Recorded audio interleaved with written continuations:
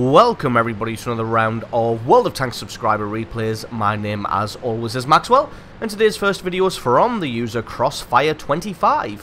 That's Crossfire25 and he's driving the T29 on an encounter battle on Ensk.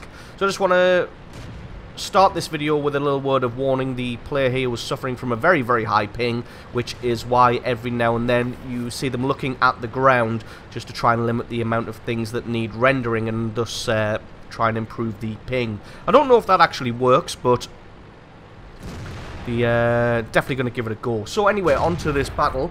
Driving the T29 is definitely one of my favourite tanks in the game. It's a tier 7 heavy for the Americans, and once you've got the upgraded cannon and that upgraded turret, this thing can be a real beast, especially if you're able to get into a hull down position, because it has over 300 frontal armor on that turret, and with the size of that gun mantlet, there's pretty much no way. I mean, look at that. There's no way anybody's going to put a shell right through the front of that. So even when not in a hull down position, oh, poor Panzer 38. So I'm not sure if the shot hit him. It looked like it missed, but just comes in with a ram and finishes him off for his full hit points, only taking a tiny bit of damage himself. So that Panzer 38 attempting to go for some early scouting there, but just getting wiped out. So Crossfire going to be setting himself up in a side-scraping position in an effort to try and get a shot on this Hellcat. Unfortunately, just blocked a little bit by his ally there. Oh, that's a little bit of a snapshot. Unfortunately, not quite able to hit the Hellcat there. But because he's in such a good side-scraping position, he can remain here anyway. Enemy T29 comes into view. He's able to get a good bit of damage on him and only take track damage in return. Hellcat rushes his shot and just plants that one into the dirt. Crossfire going to be trying to hunt down the enemy T29 here. Again, sets himself up in his side-scraping position. The enemy team's pushing a little bit too strong here for some reason. The enemy T29 way out of position here. Doesn't really have the support of that many of his allies. Had the support of this Hellcat here, but this Hellcat has been dealt a hefty chunk of damage now, and he's probably going to fall back. And as we see there, the T29 gets himself taken out by that Tiger P. They do still have another T29 in the background there, but he's not really going to be playing much of a part all the way back there where he is, especially when his allies pushed forward this far.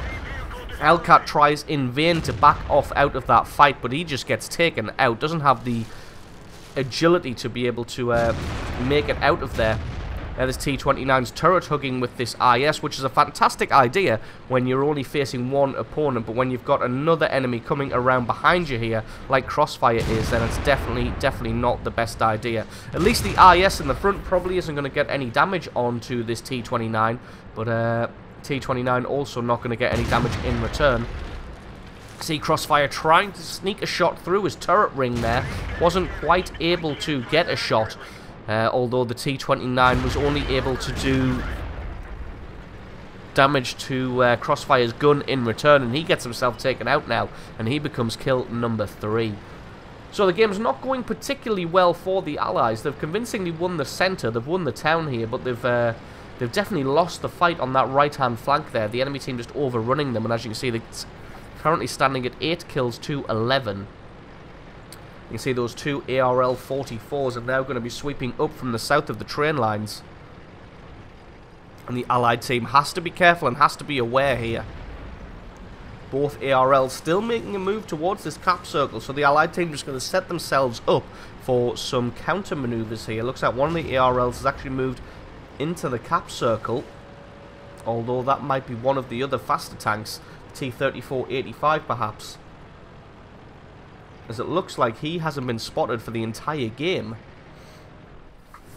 so may actually just be AFK over at his base. Looks like the ARLs are getting a little bit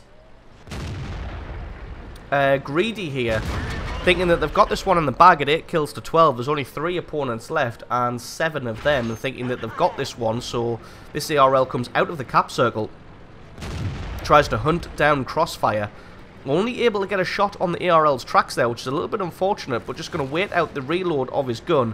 Gets himself into a side-scraping position. The ARL has his shot, it bounces. Crossfire takes his time, but again his shot only able to take out the tracks here, trying to lure him into having a bad shot.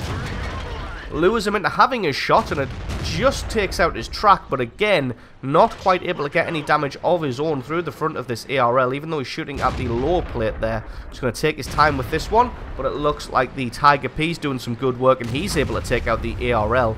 SU-152 comes around the corner and fires off that giant cannon. Now this is going to give him an opportunity to crossfire to head around this corner and just sneak up alongside this SU-152. Trying to block off the shot so that maybe the SU couldn't shoot at his ally in the Tiger P there, but it looks like the ARL's been doing some flanking maneuvers, got around the back of the Tiger P and taken him out, but he's a one-shot for crossfire. He takes his time, picks his shot, and gets a beautiful kill on that ARL there. Now it's just himself and this Type T34 to take on the 3 remaining enemy tanks, a KV-3, 3485, and a Type 58. Like I said, this T3485 hasn't been seen anywhere. I'm going to be working down this Type 58 here. Got to be careful, because with the fast-firing cannon of this Type 58 could prove to be bad news, although it looks like he's having some really bad lag issues here as he's fired into the ground. Just keeping an eye on where that 3485 is coming. He's come from the side. Gets a very, very lucky fire on the Type 58 there to be able to take him out, and then he's just going to be left with the 3485 and this KV-3 bouncing shots from the 3485, and he's deciding that he's just got to get out of that situation and get himself some cover, and indeed he is able to run away. I'm not sure what this T-34 is doing. The Type T-34, he's up in the north of the map while Crossfire is fighting for his life here in and amongst the ruins, and he's going to be dueling with this KV-3. T-3485 makes his move, comes around the side here. Crossfire doing the smart thing of paying all of his attention to this KV-3, sets him on fire as well and takes him out, and it's just this Type T-34 finally shows up to the battle to help him duel with the 3485. Bounces the shot from the 3485, takes his time, picks up that kill for the Radley Walters medal, well deserved as well, holding his shot there so he could get the kill and pick up his well deserved Radley Walters medal. So absolutely awesome replay there from Crossfire 25, battling through not a very good team, not a very good ping, and coming out with 8 kills and over 5,000 points of damage. So absolutely awesome replay from you. Thank you very much for sending that one in. Don't forget to stick around, because as always the score screens and another game are coming right up.